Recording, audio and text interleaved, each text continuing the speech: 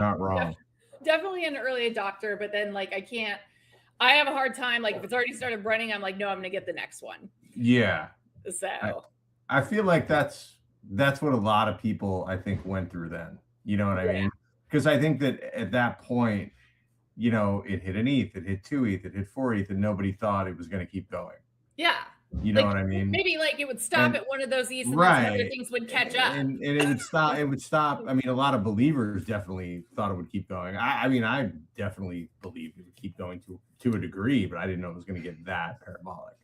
Yeah. But I think that at the time, everybody was like, "Oh, we're going to be the next thing. We're going to be the next thing," and it made sense at that point, right? Everybody thought that, like, yeah, that makes sense. There's one, there could totally be another. Yeah. It's But crazy. there really wasn't.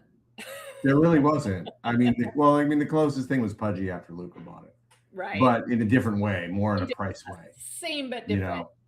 Go ahead, Mike. I'm gonna tweet the space out and do my stuff. I was just gonna say it's crazy back in 2021 how because NFTs were like the newest hottest thing and everything. It was like so crazy how everything just seemed to go up. Like if you had a good community and a lot of hype behind it, you just got money coming and flowing into it. Where I feel like the market is so weird now, where you have to really have something special to stand out. But I guess that's part of the course when you have like a flood of like everybody trying to make NFTs, and it kind of devalued what NFTs were, in my opinion. When you have too much of one thing, it's just like money. When you have too much money, you devalue the currency. If you have too many NFTs and they're too easy to create, especially now with AI, it kind of devalues a bit. That's why I've always liked like hand drawn NFTs, one of ones kind of thing, because it kind of aligns with like the art, like an artist making a one of one. But for me, NFT communities is all about the community. Like you have to have a thriving community, and it's hard because people's attention spans are small, and not to mention a lot of people are here just to make money. So you're not really here for the community. You're here for like future profits in your mind. Right. And people expect a lot instantly. It's like just because you own an NFT doesn't make you a shareholder of the company. You're not entitled to financial reports. Sorry. It's not how it works. We felt very special at the time. Like our egos got very big. Well, money was so easy to make. That was it, Bondum? I mean, some days, yes. Absolutely. I came in at the top. I think I was down like 30K within the first 3 months in NFTs, and I was like, okay, I need to get a job here. Yeah, I mean, it just depended on what you were able to get into, right? Yeah. It was a time where you could literally spend $300 on something, and then it reveals, and then you're selling it later that day for $3,000 if you're lucky. Yeah. And unfortunately, I held way too many of those things where I'm like, oh, it's going to keep going. It did not. Yeah. I mean, I sold chunks when I could, or when I was willing to, but there was a lot of times where I was like, nah, it's going to keep going. It's going to run. It did absolutely not run. Right. But that was 21, 22, and a bit of 23, and it's been just kind of a shit show since. How do you feel about being an ape today still? Like when I came in, you guys were the big dogs, and I still, the ones that I know, because a lot of you guys are my friends and people I've looked up to for years. I have mad respect for more respect for the apes than any other community, because you guys have repped hard no matter what. I mean, I like when people come into the comments and they're like, you lost so much money on this thing. It's like, dude, I bought this thing for $1,000.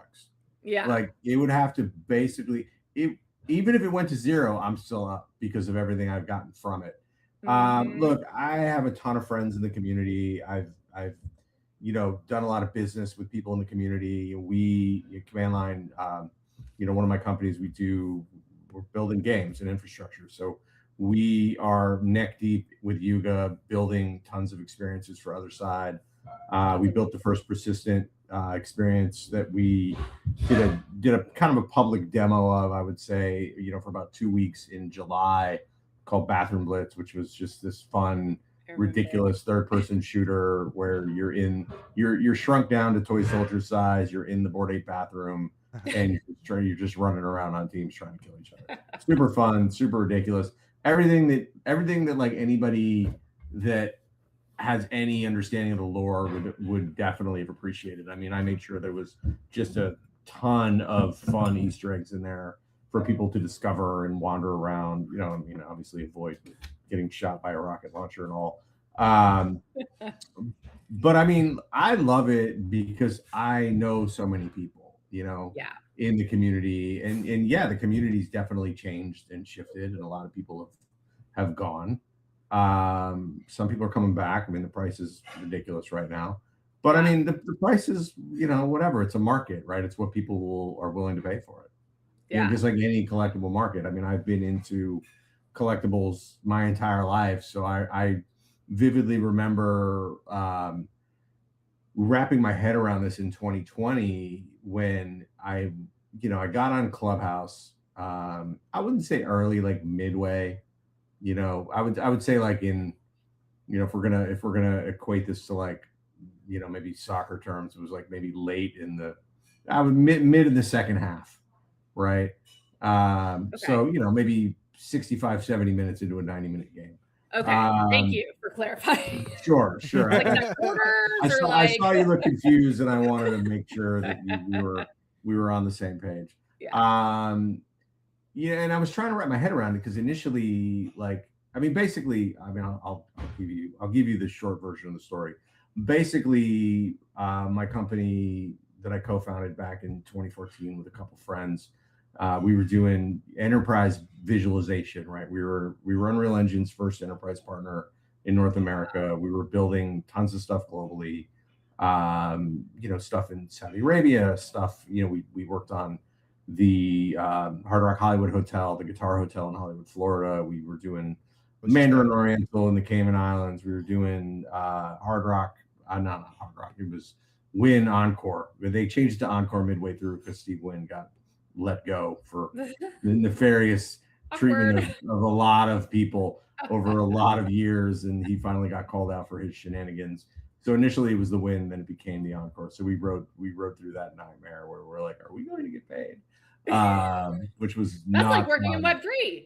in Web3. Honestly, it was much worse. You were ready for this. I was, yeah. I mean, I've been self-employed for so long, I'm unemployable. So it was very, So that was a particularly scary situation. We did get paid, which was good. Just took a minute. But so we were doing, large enterprise projects globally. Amazing team of artists and developers building a lot of cool, fun experiences. We did a lot of projects with Unreal Engine. We did a lot of projects with NVIDIA, which helped me wrap my head around what was coming with AI back in 2017. But when 2020 hit and it was COVID and there were no more trade shows, which was kind of how we went out and made industry friends and how we grew the business for really the first 6 years of the business, with no trade shows, we were kind of like, what do we do? And I'm like, well, I'll try this Clubhouse thing out and see what happens. And and at the time too, I had a separate business that was a marketing agency that was doing a lot of stuff in, we had hotels, casinos, restaurants, bars, art galleries, movie theaters, and a lot of residential real estate, right? I watched about 80% of that business erode in about 2 weeks when COVID hit, when everybody decided that no one could go anywhere anymore. The only thing we kept hold of was the real estate portfolio side of what we did. So I had time. And so instead of writing a bio about how, we definitely did some cool shit on the social side. I mean, we put a good chunk of the Las Vegas Strip on social media back in from 2009 to 2011. That's cool. It was great. I was in Vegas a lot for about 18 months, 2 years. That's dangerous. I pretty much stopped gambling at that point because I'm like, this is such a waste of time. I still enjoy it with friends, but I'm not going to sit at a table. We gamble every day online. We do. There's enough of that here, right? So I got on Yeah. Clubhouse, and I decided to write my bio more on Uncanny Valley and AI and visualization than, hey, we could make a web page for you, because at that point, who gives a shit? Anybody, your cousin's kid could make a web page if you need it at that point. So I started having a lot of blockchain folks follow me, which was cool because I got into, I fell into Bitcoin in 2013 and kind of never really looked back. So that made sense to me because I definitely had some blockchain-esque stuff in my bio, and then the rest of it was visualization based. And I kept having NFT people follow me. And I'm like, why are these NFT people following me? And I'm like, oh, they want to make stuff with me, because I started talking to a few of them, and I'm like, well, I've got these Unreal Engine artists, and they want to do some shit. Cool, maybe we can make some money here and do some fun stuff. So I started paying attention, and I got on like Foundation really early and Super Rare at that point. I mean, I don't know if it was really early. It felt early. And back then, OpenSea looked like, I remember describing to somebody, and they were like, what's OpenSea? This was 2020, mind you. I'm like, it's like eBay, but shitty. Right. That is kind of what that's it was a like. great That's explanation. Which is what, well, I mean, granted, look, they're pioneers. Yeah. I hate that they're continuing to farm. I wish that they just drop the damn token and move on. Yeah. But regardless, at that point in time, it was like super. I'm like, what are they? I don't even understand this at this point. You know, it was Q3 2020. Then I started to wrap my head around it, and then I saw how parabolic it went. I remember being in that room when Aoki minted out like $4 million worth of stuff on Foundation in 60 seconds. Yeah. And it was a real small group of people in that clubhouse room. It might have been a couple hundred tops, right? Yeah. And I remember the hype and the insanity of it. And like I said earlier, like I've been a collector my whole life. So like I instantly was able to draw a pretty straight line to what was happening. So then when generative stuff started coming out, it wasn't one-offs or a series of one-offs or a series of the same in the limited capacity or an open edition in an unlimited capacity. It started to make sense of where this could go. And it wasn't much of a leap for me to go from I'm spending, like, why would I spend $300 on a JPEG to I'm spending $300 on a JPEG several times a day. Yeah. You know, and it's not a big deal. It's perfectly normal behavior. Yeah. You know, because I mean, I've been buying like comics and cards like my whole life, and I've been to Comic-Con in San Diego. I feel like my kids grew up there. You know, I had an uncle who passed a year ago who was super deep with artists, doing a lot of amazing stuff, and he had been exhibiting at Comic-Con since it was like in a basement at a hotel in San Diego. Wow. So he was basically a SDCC Comic-Con, SDCC OG for sure. So, you know, so every year we'd go there, and my kids would be walking around Comic-Con with me, just checking everything out. So for me, it was like I've seen the insanity of what something hot does to people. Yeah. You know what I mean? Like, and it's really about the IP, right? Like, I think that was what was so. Or no, yeah, feel free to disagree. I mean, to a point, it was about but before Bored Apes existed, what was their IP? It was nothing. It was a couple of friends that came up with an idea. Well, I think that IP is what drives that cultural. So in comics and in anything, so it's you could see that it was applying here to these digital assets. And with comics particularly, like it's a mix of IP and good creators. I mean, you could have great IP with shitty creators, and you're gonna have shitty IP at the end of the day, right? But if you have great creators with really amazing IP, you get like it becomes like a 2 + 2 = 5. Yeah. And not in a George Orwell way. Like it becomes greater than a sum of its parts, right? Right. You guys did a good job at making it feel like an exclusive club. You know, I mean, it's the whole idea of the yacht club, right? Yeah. That feel, the prestige. It's kind of like when people go to golf courses and they're in like the prestige course and they got to pay an annual fee to be in this golf course, right? Yeah. So it feels exactly that way. And that was very. I would attribute all of that to Wiley and Greg. You know, Garga and Gordon. They are incredibly creative, incredibly talented, incredibly gifted people that came up with this funny idea.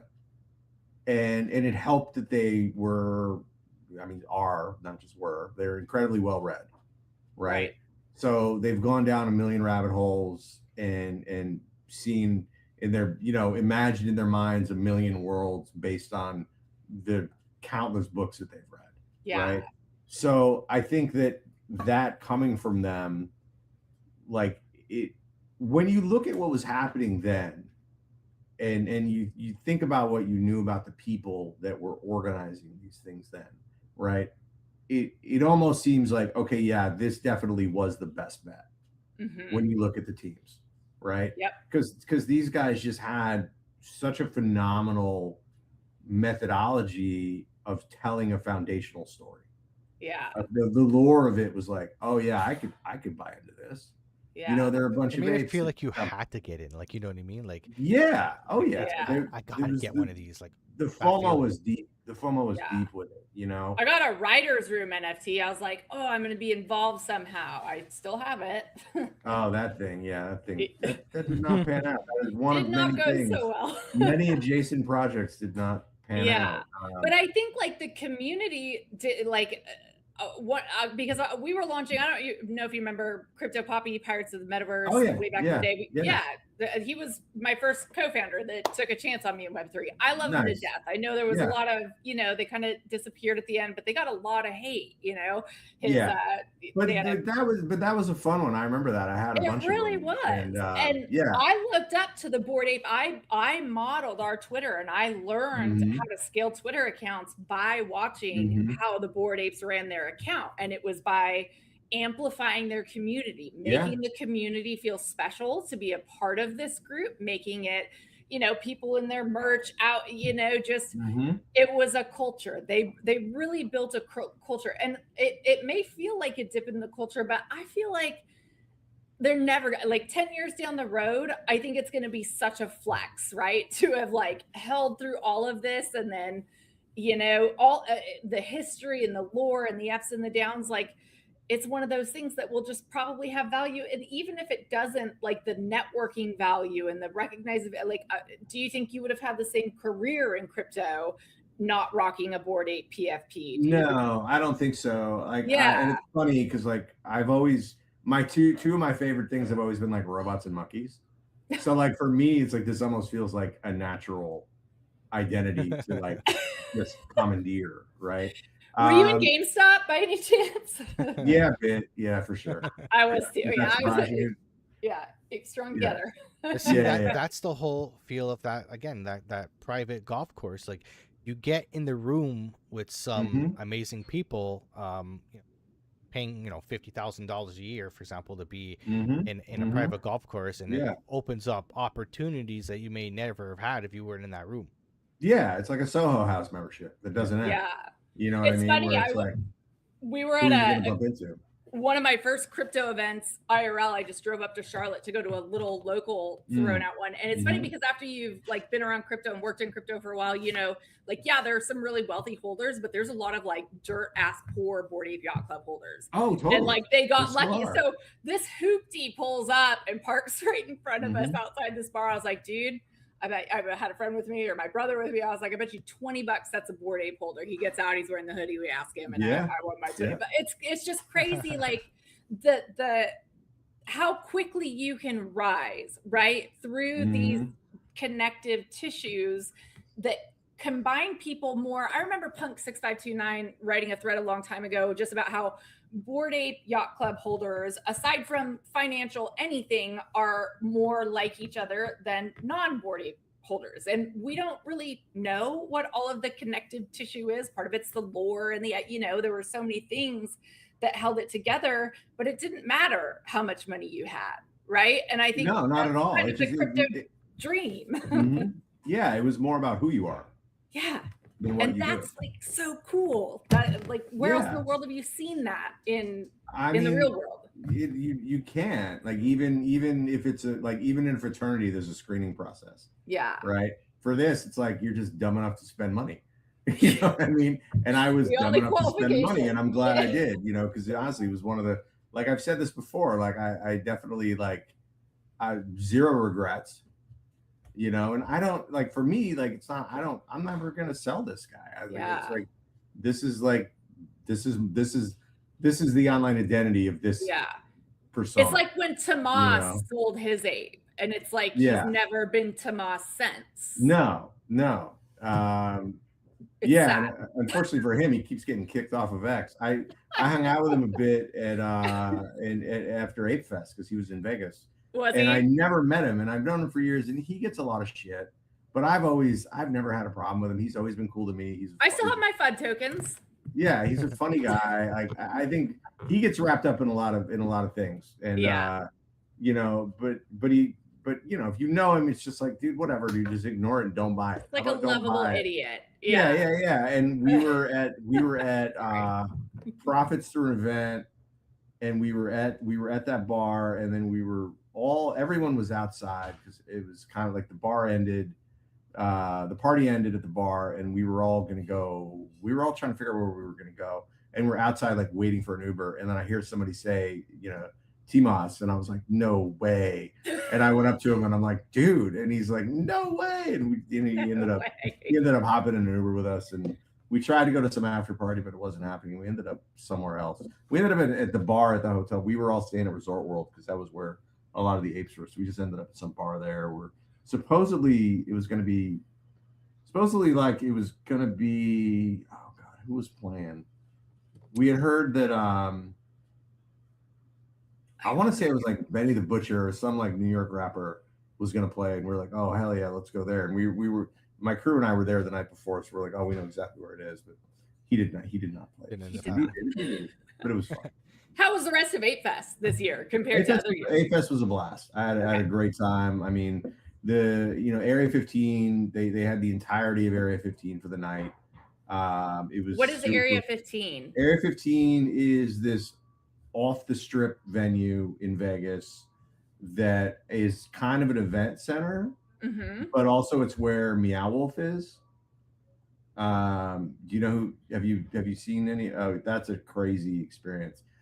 They have this whole, it's called Omega Mart, and it's look it up. It's the trickiest fucking thing ever. It's super fun. Okay. I've been there.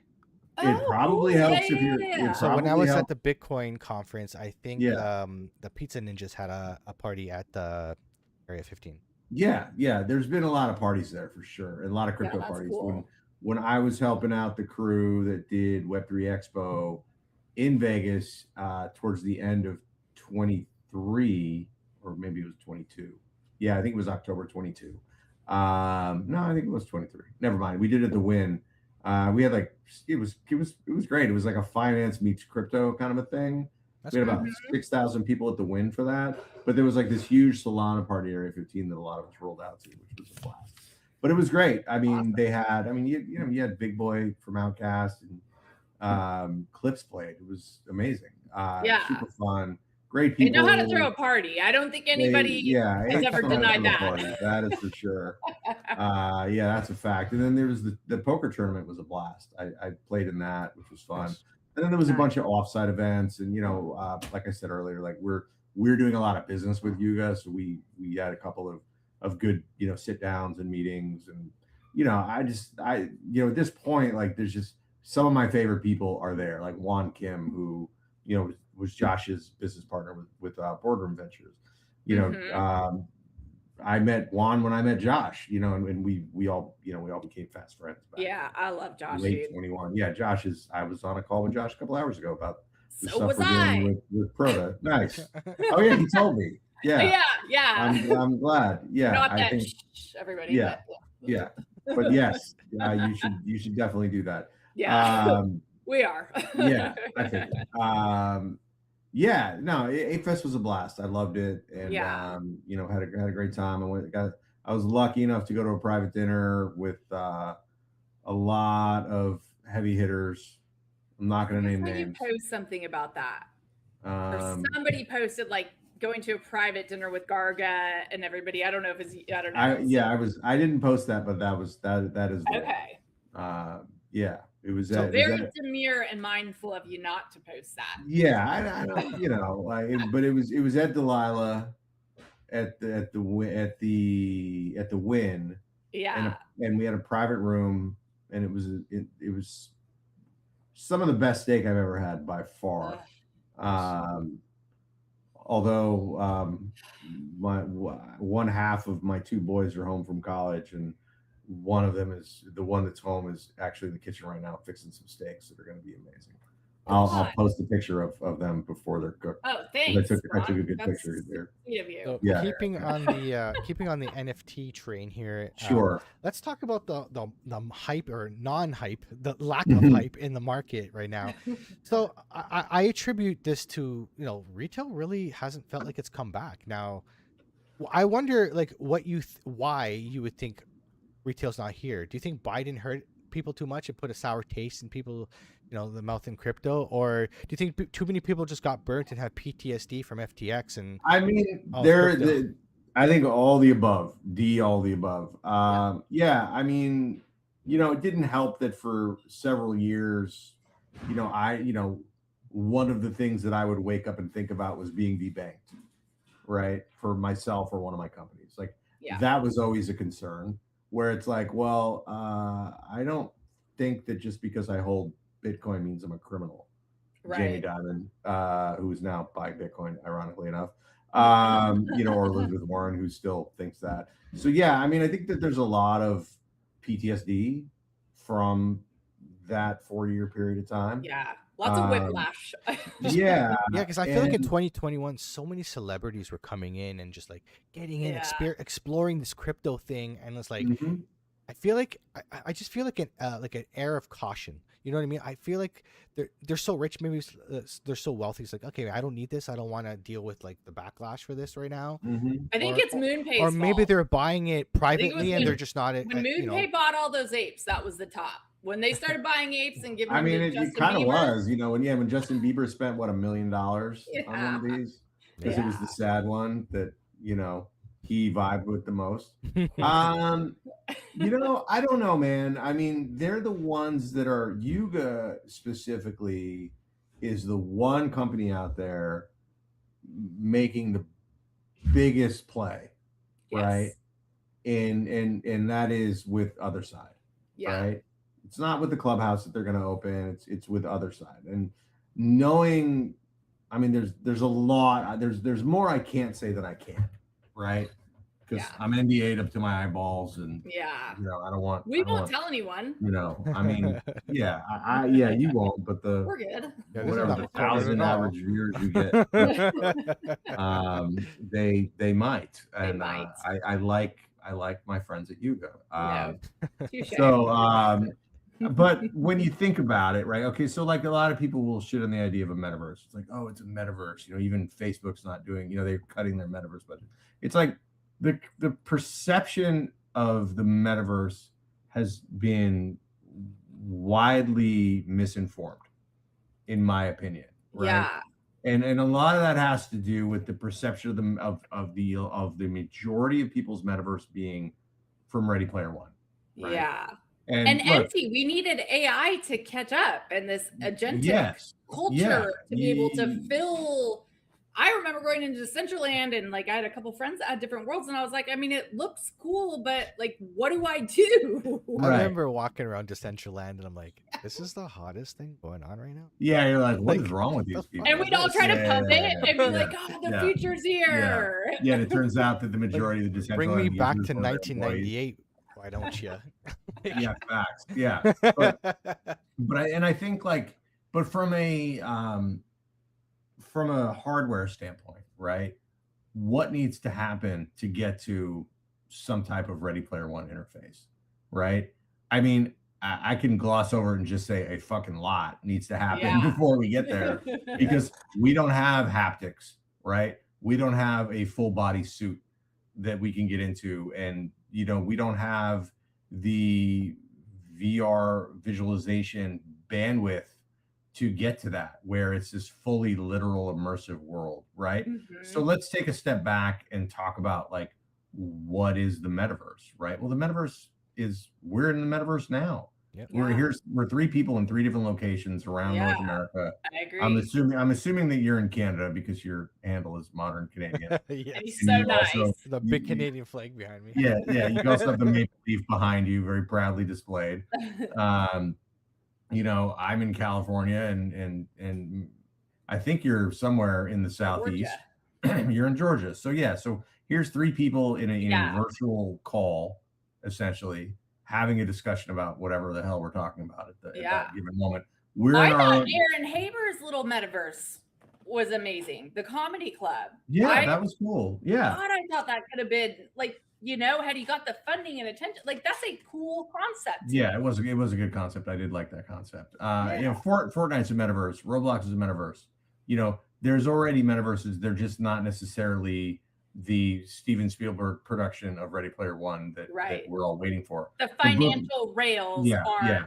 The book was better than the movie, and the original source material being Snow Crash, written by Neil Stephenson in I think 91, is much better in a lot of different ways. I mean, he's the guy that literally coined the phrase metaverse. So yeah, I mean, I think other side positioning themselves to be a future Fortnite and Roblox competitor makes perfect sense to me. Yeah. Once we stop saying Web 3 and Web 2, right? Because I'll tell you who doesn't say Web 2 gaming is gamers. I've said this for or anybody in Web 2. Or anybody in Web 2. Tribalism of like, just mentally, when you segregate like by using different wordage, you already tell people that like it's different, and people don't like different, and people are always resistant to something new. Right? Yes. So when you just say it's a game, and then you're by the way, you can sell your digital assets that you're earn in game or whatever. Yeah, that's all you say, because Counter-Strike did it years ago with chess. You could some of the knife skins that you were getting on Counter-Strike were worth thousands of dollars, and you can do it right from the Steam. We couldn't have done that back then though, because it was I mean, working in gaming as long as I did, the tech was zero invisible. It was clunky. I mean, you had to know crypto to play a crypto game. So I think now we're at a point where most of it is abstracted away. The user experience is much more native to what they're used to from the traditional gaming world, and now I think we can start marketing, and I think products have successfully done that. I don't keep up with the Sappy Seals, but I know they did a pretty successful at least go to market. And they killed it on Roblox. They're making money over there like crazy. That's amazing. There's a ton of money to be made there. Yeah, no question. So tapping into the existing gaming network. I mean, we just wanted to build our own thing away from everybody and say it was better, but the better thing is to build our way into those structures and pull people back. You know? And there's gonna come a time, at some point in the near future, where there are more experiences built out for other side, and invariably they're going to turn on some type of distribution rails where people are going to see this new game and this new Roblox / Fortnite like experiential game with other games in the game. You know what I mean? Like a Russian nesting doll, if you will. And people are gonna download it because it's gonna be free, right? They're not gonna charge for this. There's things to buy in it. And then people are gonna buy cosmetics in it, right? They're gonna buy gun skins, they're gonna buy avatars, they're gonna buy backpacks and sneakers and sweatshirts. And is ApeCoin the ecosystem token? Are they using it in all of ApeCoin is the underlining amazing foundational, we need to get ApeCoin listed on VDEX, dude.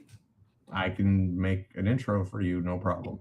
I'll get you with Cameron. Awesome. I didn't even think that. No, absolutely.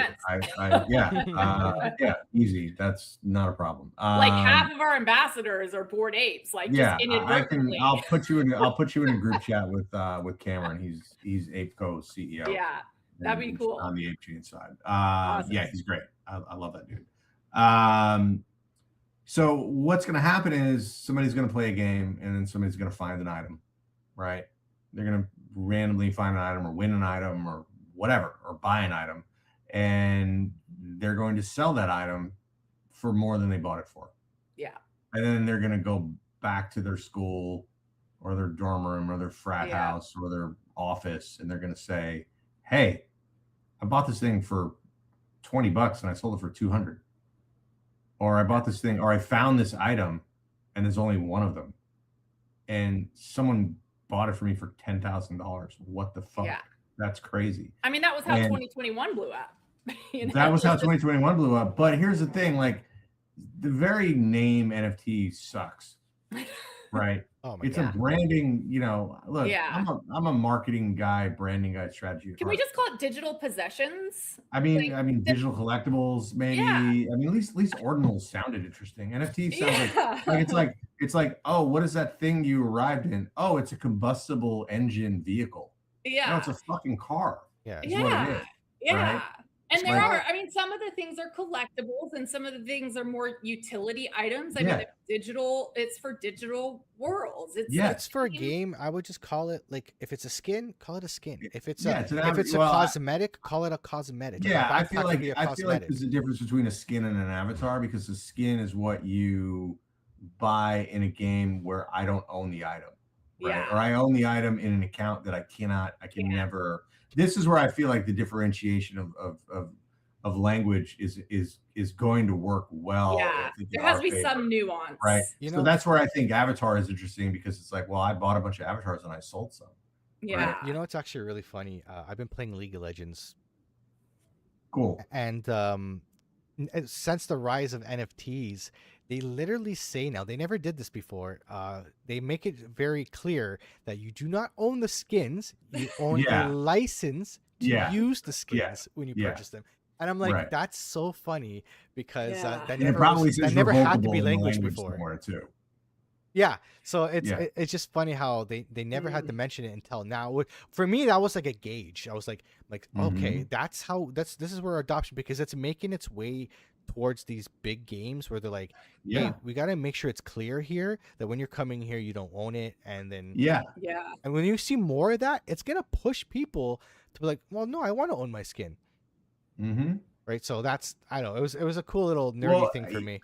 I think, yeah, no, and that's a great point. I mean, I think what's going to have to happen is we need, I've said this before. We need three wins. We need three success stories, three case studies, right? One is an anomaly, Mhm. right? Two is interesting. Three is a pattern. So do you And consider you have to at this point? we don't have any at this point.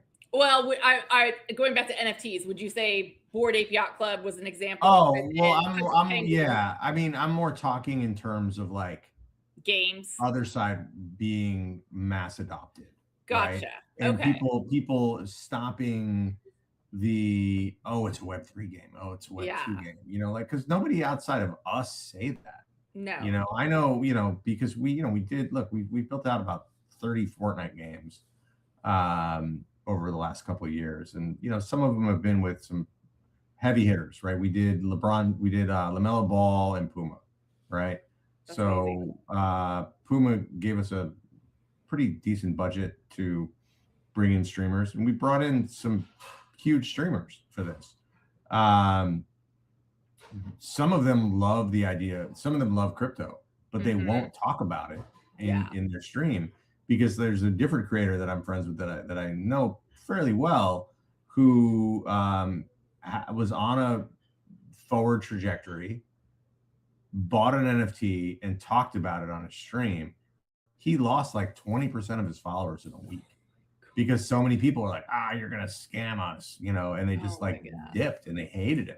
Do you think the NFT, like the 2021 NFT cycle, was like a net negative or a net positive for overall crypto adoption? Depends on when you sold. Well, I mean, like, no, looking from the outside in, like, if I'm somebody who has never had experience in crypto, and like the things that I do hear about crypto, and there were some major scam stories, yeah, so many, it was mostly negative news that gets out because whoever they is, some people don't want crypto adoption, so they paint, they produce the stories that they want you to shape your perspective. They love stories that are negative about crypto. Yeah. So that's unfortunate, but I still think, like, for me, there is all of that, but like, even like, I think about Choose Rich, right? Like, I can't remember who I was talking to about yesterday. Like, in real life, he is so nothing. Like, he's smart. He's playing a character. He's brilliant. Like, totally playing a character. And like, a lot of people are like, oh, it's so cringe, and I can't believe that's what people like. I love cringe content because it's like, it's the like, we live in a culture where it is so hard to get attention. If you can't get attention in the first 2 seconds, they are moving on. Yeah. So you kind of have to. And if we want to compete with the TikToks and all of the other trends that are going on, like lip glosses, right? Like they'll do trending crazy cringe videos about lip glosses to sell them. We have to compete with that style of marketing. And so Choose Rich getting very big and having like celebrities troll him. And, you know, that is, to me, yeah, whatever, we look a little cringe, but look at the entire state of the nation and the world where we're living in world is cringe times, if you will. Yeah, everything's cringe right now. My Lord. Yeah. And I think that's why crypto people are so much more just accepting it. It's like, okay, we are a little cringe. And I think just as being humans, we're a little cringe, and it's okay to embrace that silly side of ourselves. Yeah, I mean, Nick really figured out the algo. You know, I was talking with him in Vegas. He was at Ape Fest too, and I was hanging out with him. He was also at that dinner, and I was hanging out with him after the after party for the dinner, and we ended up gambling together for a while. And I mean, his whole thing is like the entire Choose Rich character is like everything that's cringe about crypto rolled into one. But I'll tell you, he's transcended the space, because we were walking through the Wynn together, and there were like multiple parties. Yeah, no, it was wild. I love that. It was multiple parties. All went up to him at different points. They're like, "Oh, that's the Bitcoin guy, dude. He's so funny. I watch your stuff. Can I get a picture with you?" God, is he the big boy? Yeah, literally, like I would pick him over BitBoy any day. Oh yeah, 100%. Yeah, he's a brilliant tactician. That guy, man. I'm telling you, like there's like a method to the madness, and with BitBoy, it was just, I think, madness. That image of him with the "I'm a 43-year-old crypto millionaire, this is my model girlfriend" in front of my yacht. That image, he told me, and I don't think he would care that I'm sharing this at all, because I think at this point it's pretty public. He told me that at that point they had counted up 100 million impressions across multiple platforms. Jesus. On that, right? He was getting like hate DMs on Instagram from 40-year-old moms. That's amazing. That hashtag goals. Like, why don't you date someone your own age, you son of a bitch? You're everything that's wrong with men in America. You know how cool he is too. I was just thinking about him, and I also don't think he'd mind me sharing this. When we were at in Miami, I think I had a what can I call it, like a girl band. We were doing some girl gamer marketing together. He helped us out with a skit. Like, we literally just walked in. He was there. He filmed like a whole, we got like 50,000 impressions on this thing. It was our first like marketing event just offered to help us and be, you know, like, that's the cool part about the crypto community. It's all we're not keeping score all the time. It's like, we're all trying to uplift each other, because we're trying to make the echo chamber pop, you know? Louder. Yeah, exactly. Yeah, we're trying to not be an echo chamber is what we're trying to be. But yeah, it was funny, because when we were at the club that night, I don't know if you probably don't remember this. Like, I shot a video of him with one of the bottle service girls when he was twerking on her, and that got a shitload of views. And then he was like, "Oh, dude," he's like, "Film me." He's like, keep rolling. And then he like was talking to the bouncer, and they were laughing, and then the bouncer was like fake kicking him out of the club. And they're like totally like kind of like, I mean, you know, Nick was okay with it, but he was like manhandling Nick out of the club, looking all mad. And then they were laughing together, but like, I filmed that clip and posted that, and I think that thing got like 500,000 views or something. It was crazy. Damn. The dude just gets like views. And, you know, and people that get it love it, and people that like don't know he's joking hate him. But the thing is, everybody watches the whole thing. Everybody watches the whole thing. Yeah, so I would imagine that's why he's mastered the algorithm, because everybody else is like, you know. Yeah, if you would look at it, I'm sure that if you had access to his analytics and you saw like his ad, like how much of a video like gets watched, like what percentage of it? Yeah, it's got to be like in the 70s and 80s. Maybe it's like 180%, because people watch it on average more than once. They probably do. Then they share it. Yeah. I honestly believe there's a huge subset of people that think what's actually they're seeing online is real. Like, it's literally most of the people. That's I believed a lot when I first got here, and I was looking, you know, and I was like, it felt magic, you know, like I was like, this is, you know, and it was all wag me, and you know, and after some time here, you start to realize like that's a marketing. Like, well, but there was a time, there was a window where people were genuinely happy when you made money. And I think a lot of that was because they were also making money. Yeah. And they also saw opportunity. And then when that started to erode, it started to right. Right. And that's where you had people like, well, how did you get this? What did you do?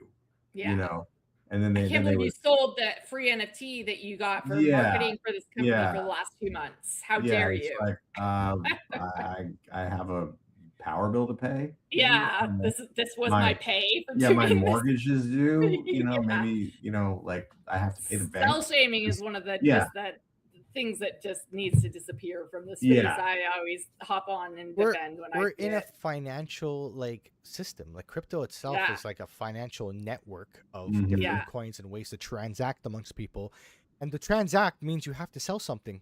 And someone has to buy something. At some point, you probably have to sell something.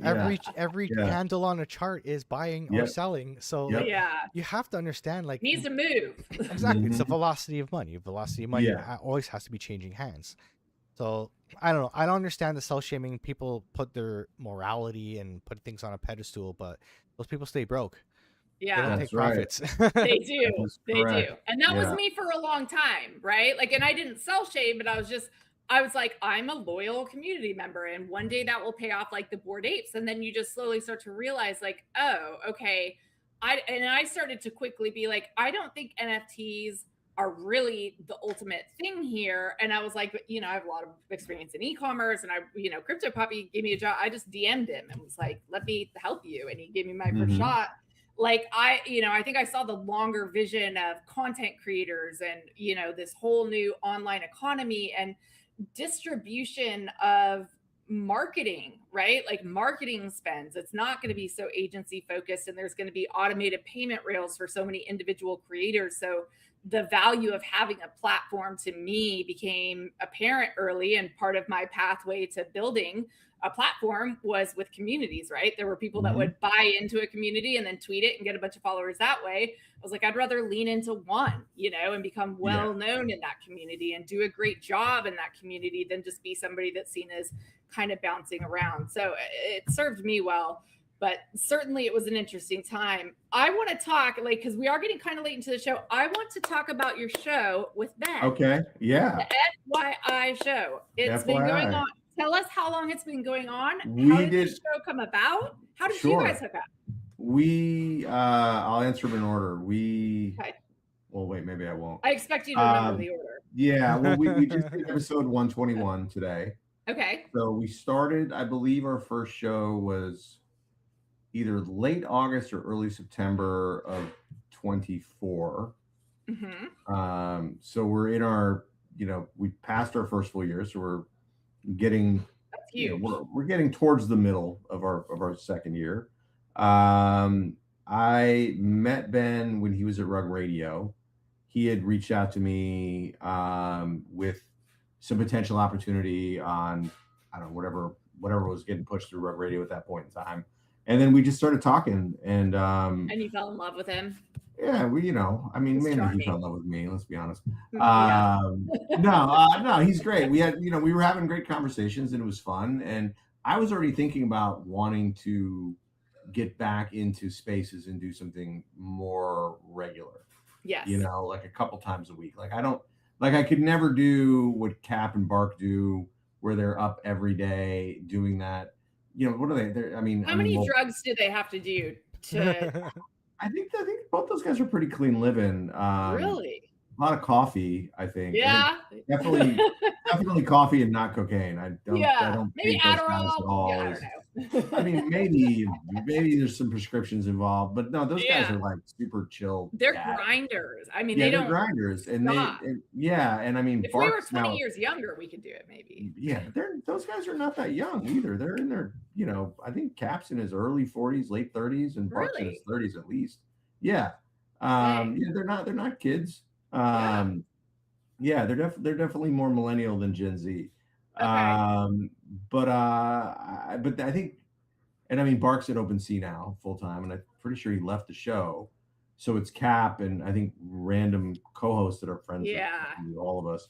And I think they're on show like 1100 or 1200. Like they've been doing it nonstop every day. Every day. I'm like, there's not a whole lot I want to do every day, let alone that. So So I was thinking about, I wanted to do something, but I was like, man, I don't want to do it by myself because I would get like super bored. Yeah. And then I would do it like 12 times and be like, yeah, I'm not going to do Give it. it up. I got other shit I need to do. Yeah. And then we started talking, and then one day he's just like, do you want to do spaces with me? And I'm like, is this like an adult play date? Like I'm in. But no, he's like, he's like, I'll help book the guests and I'll do the run of show. And he's like, you're the host, I'm the co-host. And I'm like, yeah, dude, let's try it. Like, that sounds cool. Like, we were always having good conversations, up to that point. And I'm like, I don't know why that would change. It wouldn't. Right. You know what I mean? Because you guys have great on stage chemistry together. He's a great guy, and I mean, I'm a sucker for a British accent anyway. Yeah, most of us. It sounds so intelligent. I know. He could be literally like reading a children's book. It's like, oh, that's so smart. Brilliant. And so like I made like in our Google Home in our kitchen, like you could add, I don't know, it was like I was changing the photos because my wife was like, oh, we got to change the photos. I shared a new album with you, so I did it. And then it was like, oh, it's got Gemini now built in. And then I was like, oh, I could pick the accent. Of course, I ended up picking a British woman's accent. Absolutely. And then one of my kids was like, why'd you make Google sound like a British lady? I'm like, it's gonna be so mad. It sounds good. Like, it's a good accent, man. I don't know what to tell you. But... My phone's the same way. Yeah, so is mine. I did the same thing. It's like that. If I'm gonna have a conversation with AI, I want it to be, for some reason, I want it to both be female and British. Okay.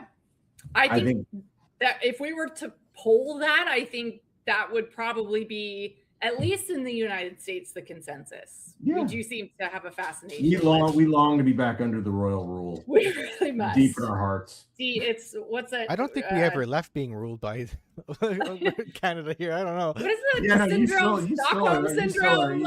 You're still under the thumb. Yeah. Not really, though. Yeah, there's a whole ocean. Elon's thumping them a little bit right now. I think they're really is. Yeah. They're taking some well deserved. Well, now he's trying to like tear apart the whole EU. Like, I love chaos, so I'm like, yeah, cool. I do too, man. The EU doesn't need help anything apart. Changes. Yeah, they're doing it on their own. Yeah, I didn't realize that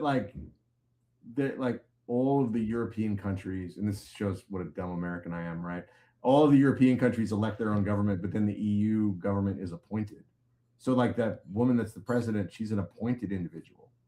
Well, I found that interesting. I just learned something new. There you go. All right.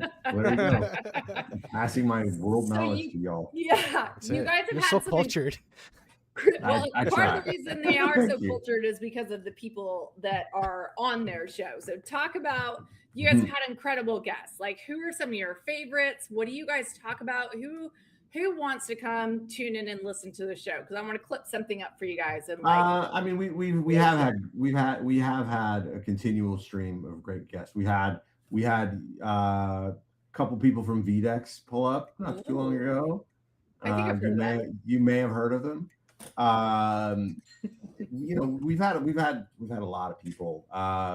Some of my favorites were, I would say, Garga was great to have on, of course, and Figgy was great to have on, of course. We had Chris DeWolf, who Chris was the original CEO of MySpace. Oh, wow. And he's done a ton of stuff since then. I've known him forever. So that was an easy early get for us. And he's just a great guy. Like, he's like the most, like you could meet him in a bar and you'd never know that he's done everything that he's done. He's probably worth what he's worth. Yeah. Those are the best people too. He's an awesome guy. He's like literal salt of the earth. And he just wants to do cool shit. That's how he is. And that's what we look for. We just look for people that are like good people that want to do cool shit. We had one of my favorites, because I'm also working with them, is Rebecca Barkin from Lamina One. She's Neil Stephenson's co-founder of Lamina One. Neil Stephenson's my favorite author, who wrote Snow Crash and Diamond Age. And, okay. Just a ton of other books. And, Neil literally Neil took a lot of inspiration from like Philip K. Dick and William Gibson and, a couple other like early cyberpunky writers, and wrote Snow Crash. And, coined the phrase metaverse and basically like wrote the modern playbook for what we all want to see, minus the dystopia. I could do without that. That would be nice. That would be. We seem to be hurtling towards it, but still. Yeah. I just don't watch the news and pretend nothing. Except I don't either. I can't remember last time I watched the news. Yeah. It was. It's so depressing. Like, really, it's terrible. It's just. I get my weather from my phone now, so I don't have to actually look at it anymore. I do the same thing. I use a couple apps and I'll GTP or Rocket or Gemini it now. I'm liking what they're doing with theirs. I haven't tried Gemini yet. It's still Google, so I'm a little wary, but it's good.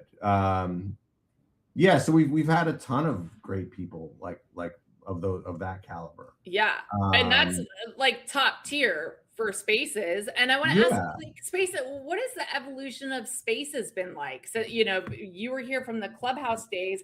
How have you seen their value change over the course of the last couple of years? I mean, we used to be able to play a song and do a late night, midnight DGen launch, pump it up, and have a 20th floor in no time. In no time. That would never happen now. That would never happen. Like, it's actually funny that actually did happen in retrospect, right? You're like, wait, we did what? I know. Yeah. I wish we could go back to listen to some record, or maybe I don't. Gary Vee came on. Me and Melissa Mimosa like took the Gary Vee face when he like made that mean face at the reporter on CNBC, and like Vicky, the mutant Vicky, and we made all these Garys, and we called the collection the Garys, and he came on and said he was going to sue us. That is actually probably the highlight of my NFT. You really said that? Yeah, we still have the clip too. Not like totally jokingly, like he loved it. I was like, I was like surprised. He's like, you're gonna be hearing from my fucking lawyers. Like, it was hilarious. But at first, I was kind of like, oh shit, are we in trouble? Because I was newer. No, that's great because he could get heated. I've seen him get heated. Yeah. And if he was like yelling at you, it might be like, oh shit, I pissed off Gary Vee. What the hell? But I mean, he did a good job of playing it up at first, and then he's giggling by the end. Like, he's a brilliant dude. I love that guy. No, that's actually hysterical. What do you see the value as now, right? Like it was very financialized back then, and now what is it? What is in my opinion, I think there's kind of a multi-fold value here, right? For me personally, like I love having conversations with smart people. It's stimulating and exhilarating. And I love tech. I've loved tech my whole life, and the evolution of tech has always fascinated me. And so I love talking to builders. I think for creators, it's important, like I find, and both of us, both Ben and I have to get better about it. We're working on it, but we have an intern that's like knocking out great looking clips. And I so helpful. And some of my team is gonna help start getting me more into video, but I have like a specific idea that I have somebody working on that I'll hopefully have something just to post like within the next couple of days. But I think spaces are important for anybody that like wants to be a voice in the space. And I'm not talking just like the crypto space. I'm talking like finance and everything. Yeah. I mean, I like I'll tweet about. I mean, I guess I don't really tweet anymore, right? Sorry, Elon. I still post about. It's hard to get out of that habit. I'm never not gonna call it that. I'll call it X, but it's still a tweet. Yeah. But I I was geeking out about the Supergirl trailer a couple days ago because I love comics. I love finance. I've been in the stock market like literally since I was 18, really before that. And the financial markets have always fascinated me in tech.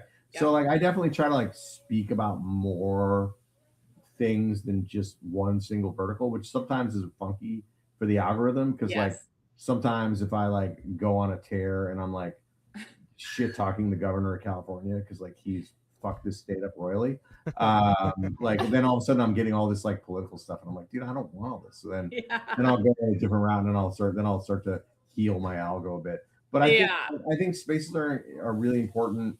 And I think like the clips that come out of spaces are almost more important because it's kind of like spaces is an event, right? Yeah. You either show up or you don't.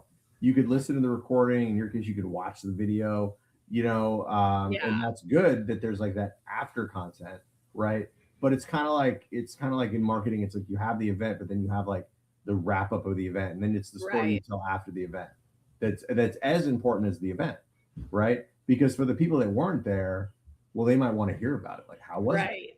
And they just want the nuggets of wisdom. And they want the nuggets of wisdom. Have endless time. Yes. Mike was talking about our 2-second attention spans earlier. Yeah. It's funny. I'm a creative writing major for my master's. And oh, nice. Like the evolution of literature, right? Like we're writing these epic poems and like long, and it's progressively gotten shorter and shorter and shorter and shorter and short. It's difficult to get people to read a short story anymore.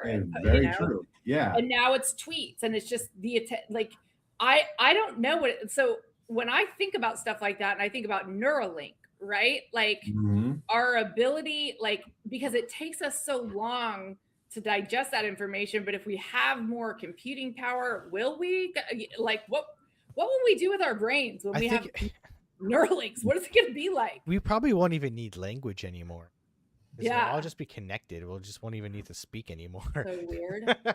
That's a little scary. Yeah. I don't know. That'll be interesting if that's the case. If it becomes like a matrix, like I'm just going to upload, tank, I need the program to know how to fly a helicopter kind of shit. Yeah. I'm not going to lie. I would love to be able to fly a helicopter. Dude, that would be sick. To be able to like, would it be like valuable anymore? You haven't earned it. You know what I mean? Like, but like no one's going to be earning that at some point, right? Because no one's going to be like you learn how to fly a helicopter with a teacher. Like that's crazy. Like I learned it because like the programmer at the Oracle wrote a line of code and jacked the program, and now I've got like 30,000 hours of helicopter flying in my head, right? And I become an expert. It's like that again. Like the Matrix is a great reference for anything having to do with technology, right? Because it's like that whole like part where Neo and Morpheus get in that fight. And he's like, I know kung fu. I mean, it's like goofy Keanu-esque. Yeah.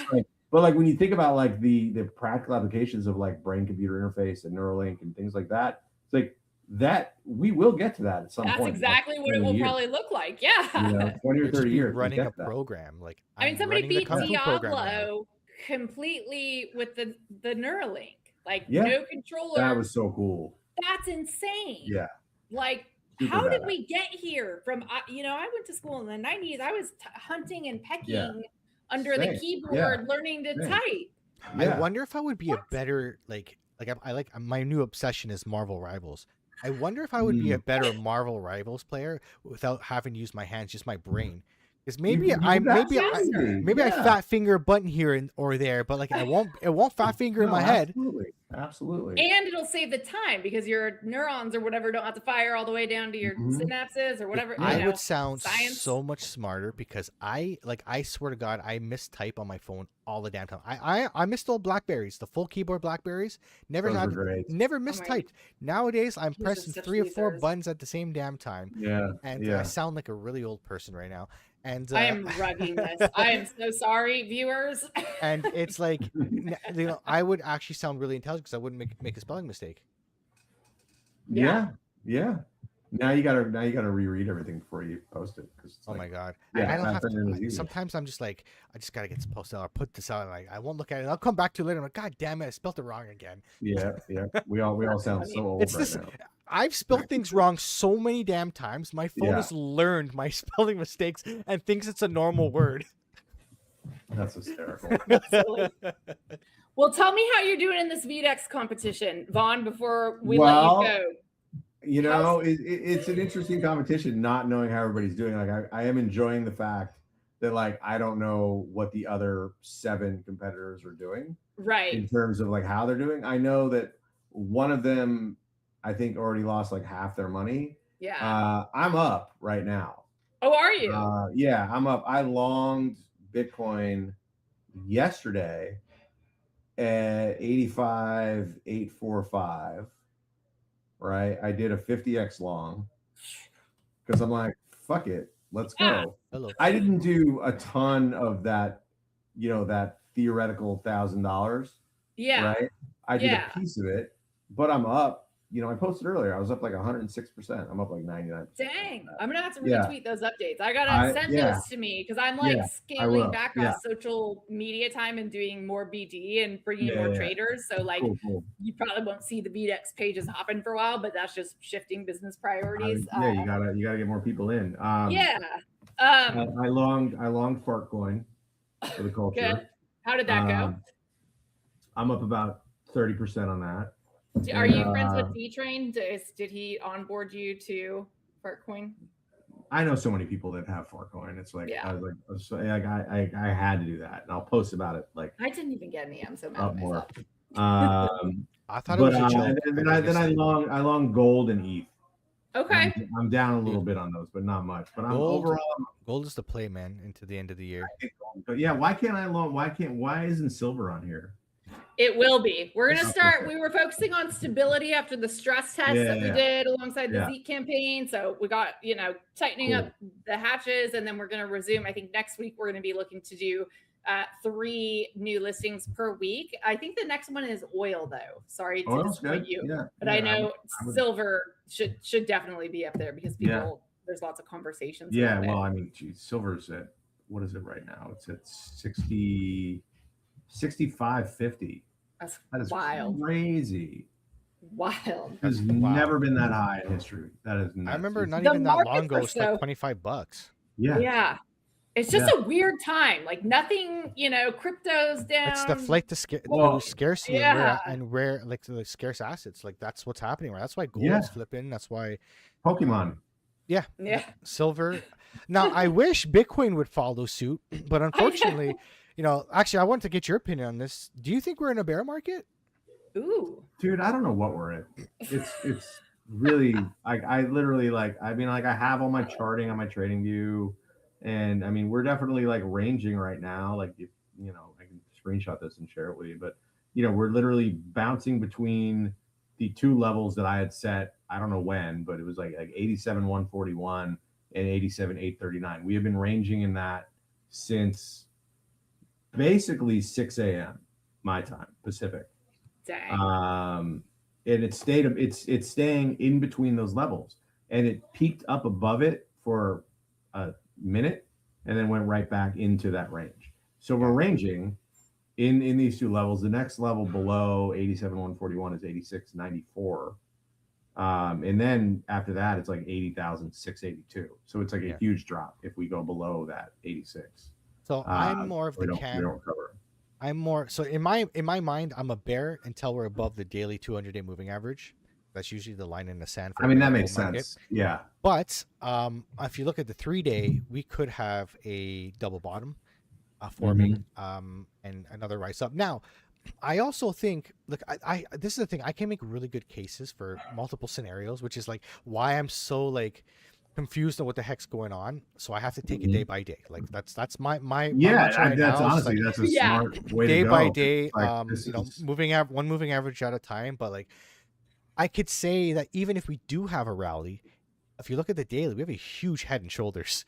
So we do. Yeah. If we do have a rally, it could be that macro lower high, which inevitably rolls over. I made a post about this today that, I said, hey, what if there is no altcoin season? What if there is, we do have a rally and, we go into a bear market and then, now people get PTSD because future behaviors. I agree. Yeah. And then it sets up the next bull cycle for a huge Bitcoin rally because people are so scared about alts because it's going to cost. If there is no altcoin season and we go into a full blown bear market, the altcoins will be wrecked. They'll be decimated because everybody that's not there for that's just there for money are gone. Yeah, no, it's crazy. Look, in all honesty, I am way more stocks right now than alts. I pared down 0 alts right now. Yeah. I'm mostly Bitcoin out of anything. Yeah. Some Bitcoin.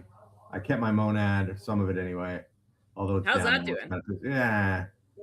I mean, look, it was free money. I'm not mad at it. Yeah. Thank you, Monad, for the airdrop. But I mean, look, I'm more like Rocket Lab, Galaxy, TerraWolf, NVIDIA, AMD, Circle, and Coinbase. Yeah. You know, and I think a lot of people are of that mindset. And the more that we say these things on spaces, the more, you know, we're the talking heads, right? Yeah. Like, as much as I want something to do, like to be up there, as much as I want like things to do well, like I really want, like I see AVAX and I saw all the things that's happening with AVAX. I'm like, I'm so AVAX bullish is on killing AVAX. it.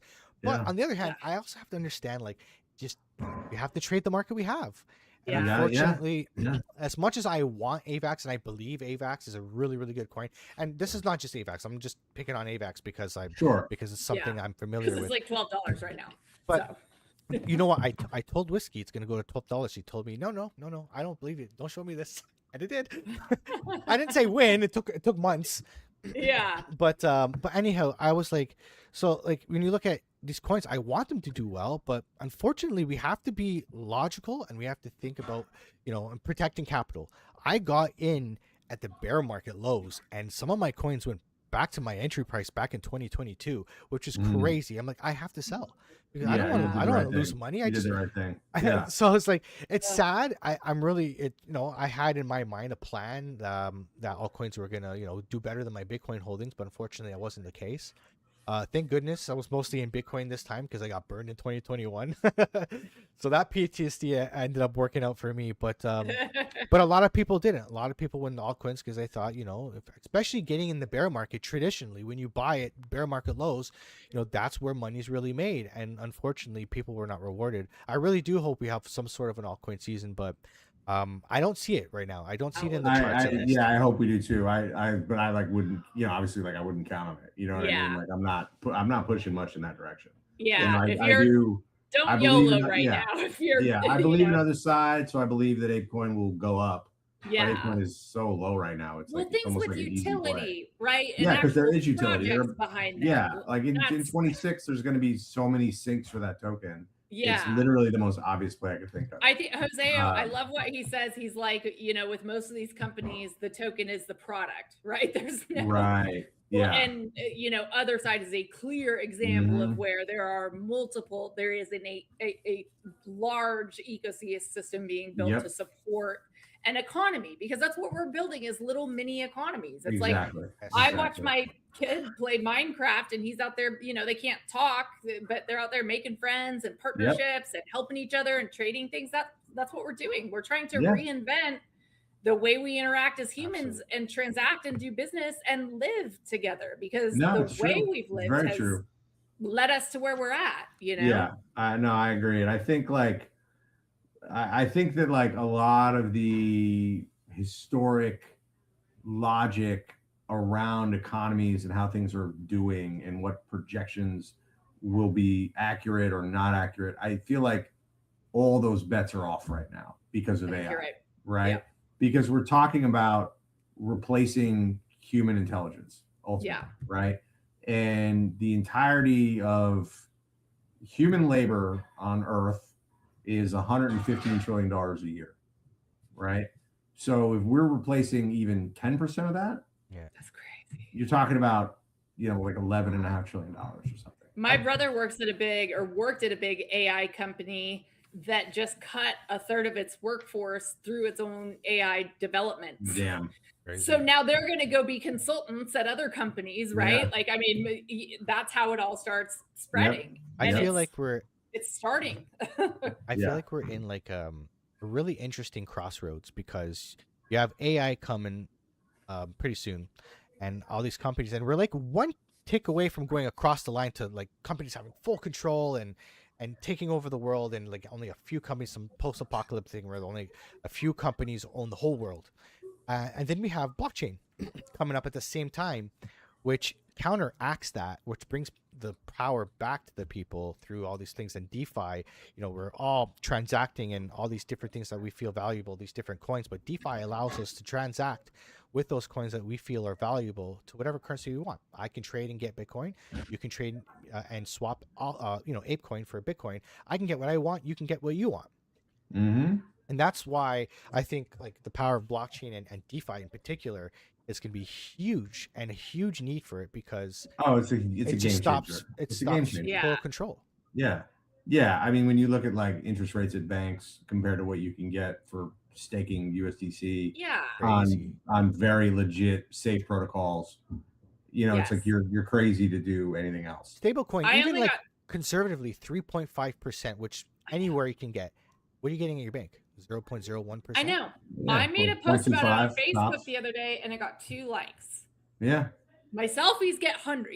What is wrong with you? I mean, even like it's funny too, because like even Galaxy, right? Which is, are you familiar? It's like Mike Novogratz. It's a VC, but they're deep in crypto. He's like an OG Bitcoin guy. They have energy. They've got AI hosting. They've got Bitcoin mining. They've got everything.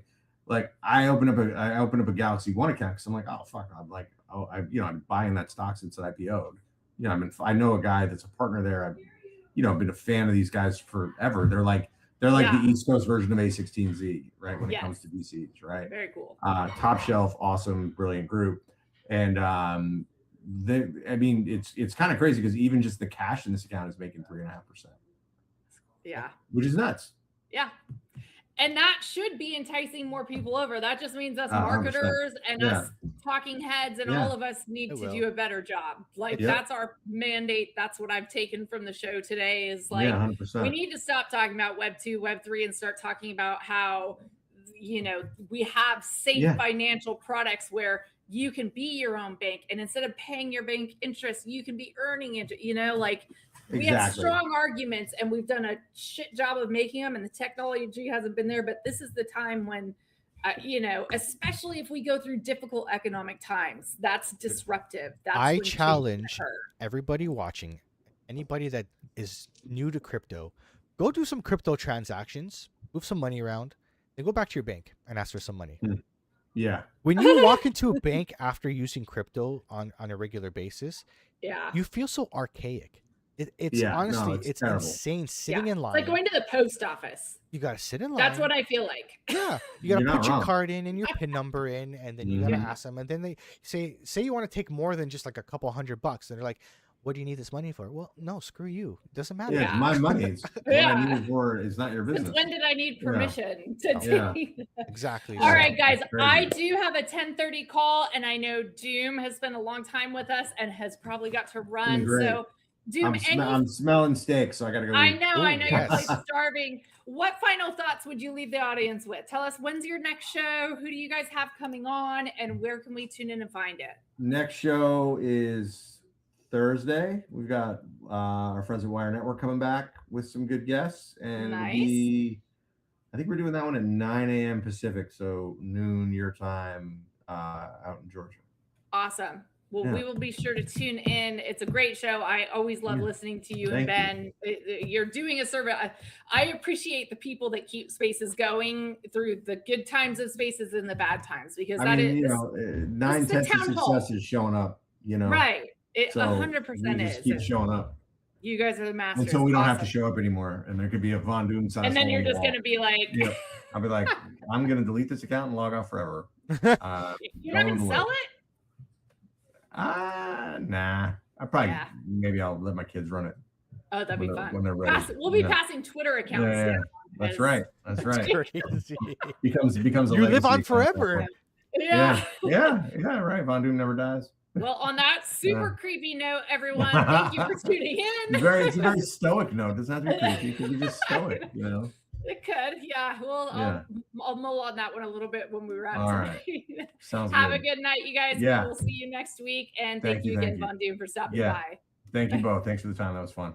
All right. Have yourself a good one. Take care. Yeah. You too. Bye-bye.